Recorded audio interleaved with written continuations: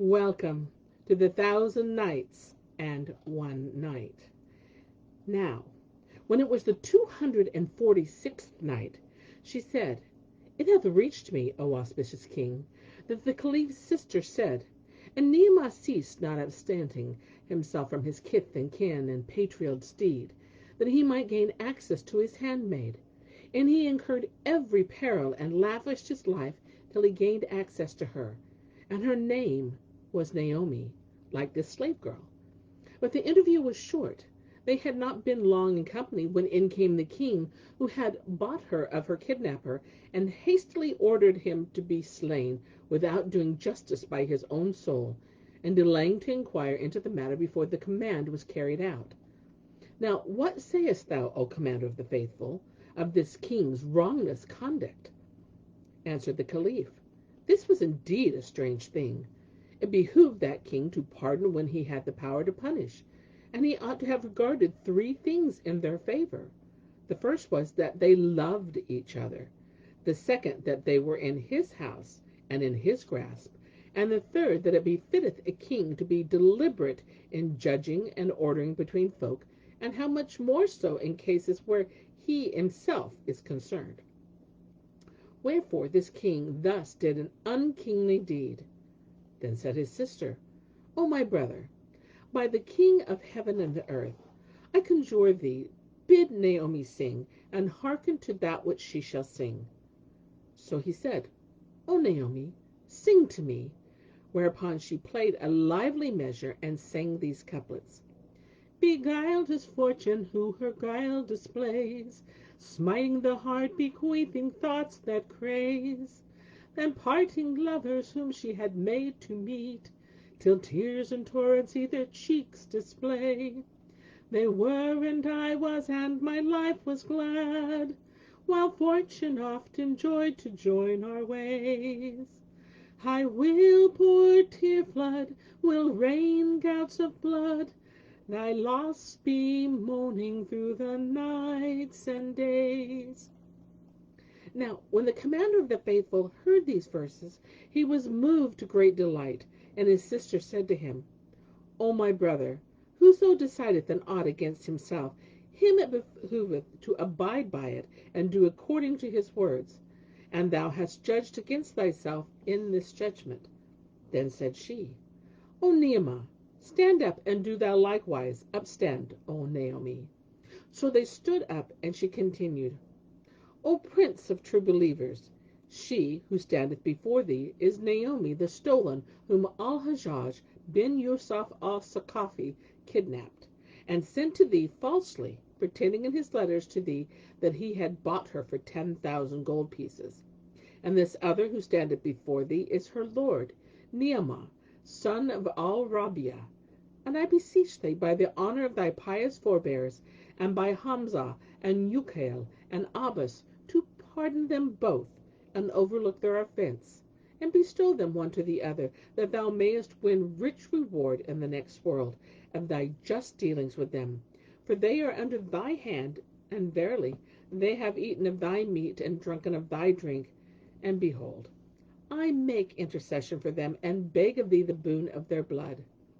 Thereupon quoth the Caliph, "Thou speakest sooth. I did indeed give judgment as thou sayest, and I am not one to pass sentence and to revoke it." Then said he, "O Naomi, say, be this thy lord?" And she answered, "Even so, O commander of the faithful."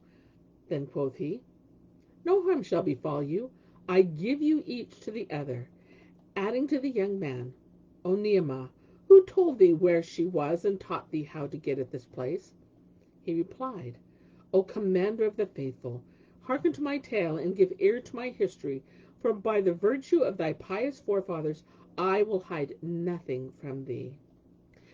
And he told him all that had passed between himself and the Persian physician and the old nurse, and how she had brought him into the palace, and how he had mistaken the doors, whereat the Caliph wondered with exceeding wonder, and said, "Fetch me the Persian."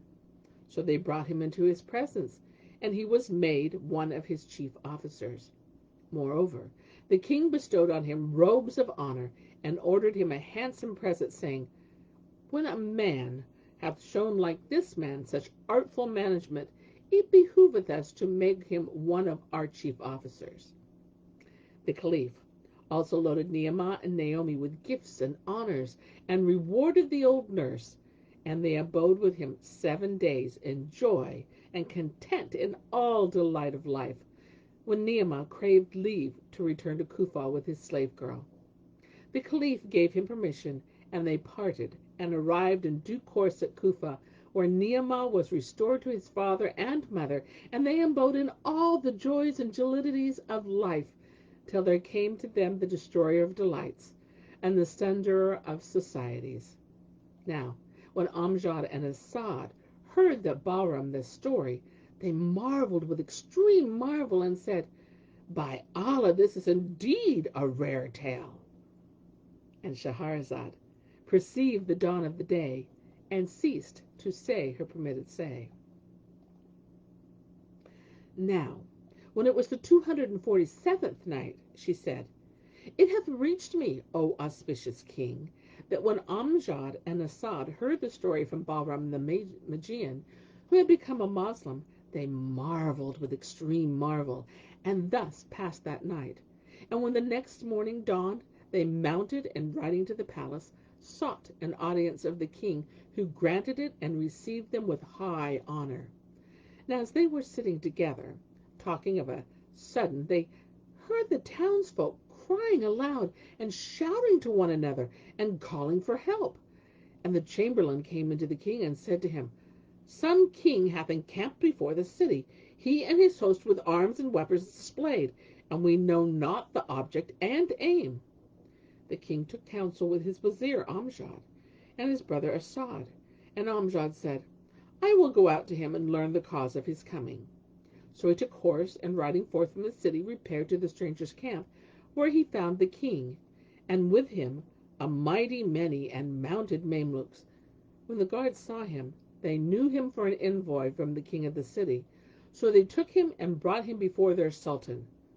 Then Amjad kissed the ground before him, but lo, the king was a queen, who was veiled with a mouth veil, and she said to Amjad, Know that I have no design on this your city, and that I am come hither only in quest of a beardless slave of mine, whom I find with you. I will do you no harm, but if I find him not, then shall there befall sore onslaught between me and you. Asked Amjad, O queen, what like is thy slave, and what is his story, and what may be his name? Said she, His name is Asad, and my name is Marjana, and this slave came to my town in a company of Bahram a Magian, who refused to sell him to me, so I took him by force. But his master fell upon him by night, and bore him away by stealth, and if he is of such and such a favor. When Amjad heard that, he knew it was indeed his brother Asad, whom she sought, and said to him, Ho, queen of the age, Alhamdulillah, praised be Allah, who hath brought us relief. Verily, this slave whom thou seekest is my brother. Then he told her the story, and all that had befallen them in the land of exile, and acquainted her with the case of their departure from the islands of Ebony. Whereat she marveled, and rejoiced to have found Asad. So she bestowed a treasure of honor upon Amjad, and he returned forthright to the king, and told him what had passed, at which they all rejoiced. And the king went forth, and Amjad and Asad, to meet Queen Marjana. When they were admitted to her presence, and sat down to converse with her, and were thus pleasantly engaged, behold, a dust cloud rose, and flew, and grew till it walled the view. And after a while it lifted, and showed beneath it an army dight for victory, in numbers like the swelling sea, armed and armored, Capapi, who, making for the city, encompassed it around as a ring encompasseth the little finger. And a bared brand was in every hand. When Amjad and Asad saw this, then they exclaimed, Verily to Allah we belong, and to him we shall return. What is this mighty host? Doubtless these are enemies, and except we agree with this Queen Marjana to fight them, they will take the town from us and slay us. There is no resource for us but to go out to them and see who they are. So Amjad arose and took horse and passed through the city gate to Queen Marjana's camp. But when he reached the approaching army, he found it to be that of the grandsire, King Gair, father of his mother, Queen Budur. And Shahrazad perceived the dawn of the day and ceased saying her permitted say. Now, when it was the 248th night, she said, It hath reached me, O auspicious king, that when Amjad reached the approaching host, he found it to be that of his grandsire, lord of the isle and the seas, and the 7 castles. And when he went into the presence, he kissed the ground between his hands and delivered to him the message. Quoth the king, My name is King Gair, and I come wayfaring in quest of my daughter Budur, whom fortune hath taken from me. For she left me and returned not to me, nor have I heard any tidings of her or of her husband Kamar al-Zaman. Have ye any news of them? When Amjad heard this, he hung his head towards the ground for a while in thought, till he felt assured that this king was none other than his grandfather, his mother's father, whereupon he raised his head, and kissing the ground before him, told him that he was the son of his daughter Budur. And on hearing which Gair threw himself upon him, and they both fell a-weeping. Then said Gair, Praised be Allah, O my son, for safety, since I have foregathered with thee. And Amjad told him that his daughter Budur was safe and sound, and her husband Kamar al-Zaman likewise, and acquainted him that both abode in a city called the City of Ebony. Moreover, he related to him how his father, being wroth with him and his brother, had commanded that both be put to death, but that his treasurer had taken pity on them and let them go with their lives. Quoth King Gair, I will go back with thee and thy brother to your father and make peace with him. So Amjad kissed the ground before him in huge delight, and the king bestowed a dress of honor upon him, after which he returned smiling to the king of the city of the Magians, and told him what he had learned from King Gair, whereat he wondered with exceeding wonder. Then he dispatched guest gifts of sheep and horses and camels, and foraged and so forth to King Gair, and did the like to Queen Marjana. And both of them told her what chanced, whereupon quoth she, I too will accompany you with my troops, and will do my endeavor to make this peace. Meanwhile, behold, there arose another dust cloud, and flew and grew till it walled the view, and blackened the day's bright hue. Under it they heard shouts and cries, and neighing of steeds, and behold, sword glance, and the glint of levelled lance. When this new host drew in the city, and saw the 2 armies, they beat their drums, and the king of the Magians exclaimed, This is indeed not but a blessed day. Praised be Allah, who hath made us of accord with these 2 armies. And if it be his will, he shall give us peace with yon other as well. Then said he to Amjad and Asad, Fare forth, and fetch us news of these troops, for they are mighty hosts. Never saw I a mightier. So they opened the city gates, which the king had shut for fear of the beleaguering armies. And Amjad and Asad went forth, and coming to the new host, found that it was indeed a mighty many. But as soon as they came to it, behold, they knew that it was the army of the king of the Ebony Island, wherein was their father, King Kamar al-Zaman in person. Now when they looked upon him, they kissed ground and wept. But when he beheld them, he threw himself upon them, weeping with sore weeping, and strained them to his breast for a full hour.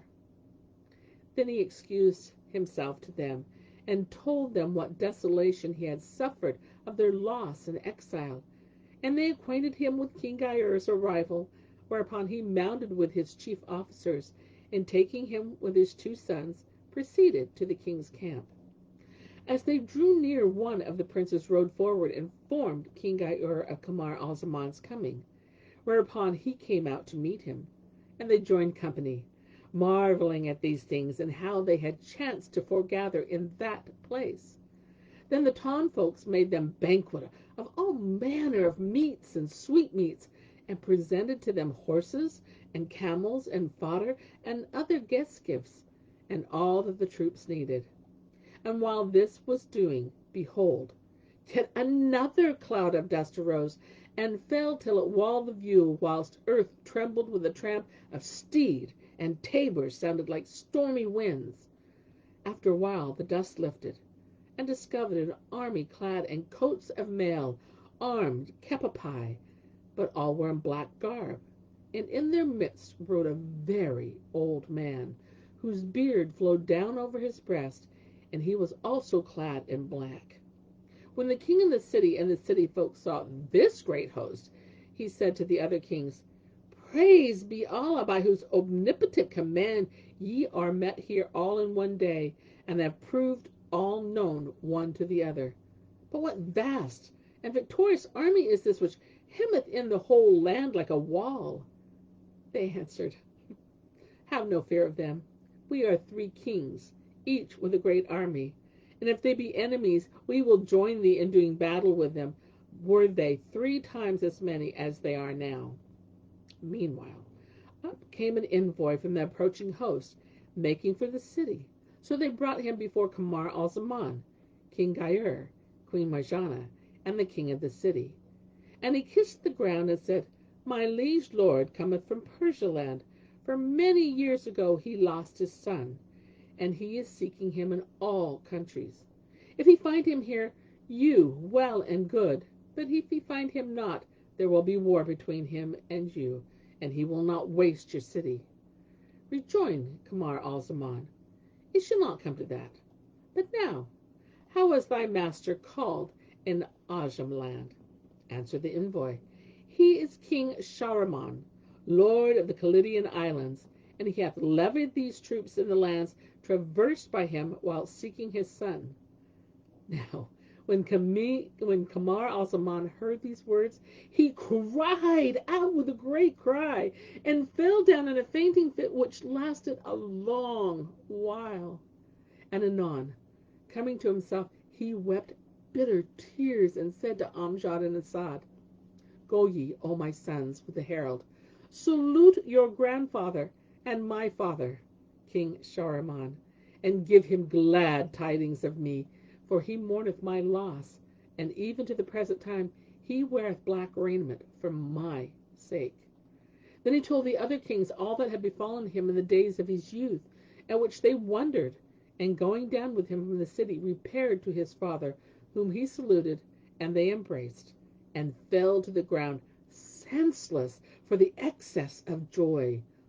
And when they arrived after a while, Kamar al-Zaman acquainted his father with all his adventures, and the other kings saluted Shahriman.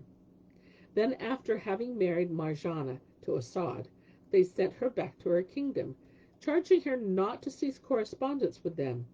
So they took leave and went their way. Moreover, they married Amjad to Bostan, Bahram's daughter, and they all set out for the city of Ebony. And when they arrived there, Kamar al-Zaman went in to his father-in-law, King Armanus, and told him all that had befallen him, and how he had found his sons. Whereat Armanus rejoiced, and gave him joy of his safe return. Then King Gair went in to his daughter, Queen Budur, and saluted her, and quenched his longing for her company. And they all abode a full month's space in the city of Ebony, after which the king and his daughter returned to their own country. And Shahrazad perceived the dawn of the day, and ceased to say her permitted say. And so do I cease my tale for the day, until it be morrow.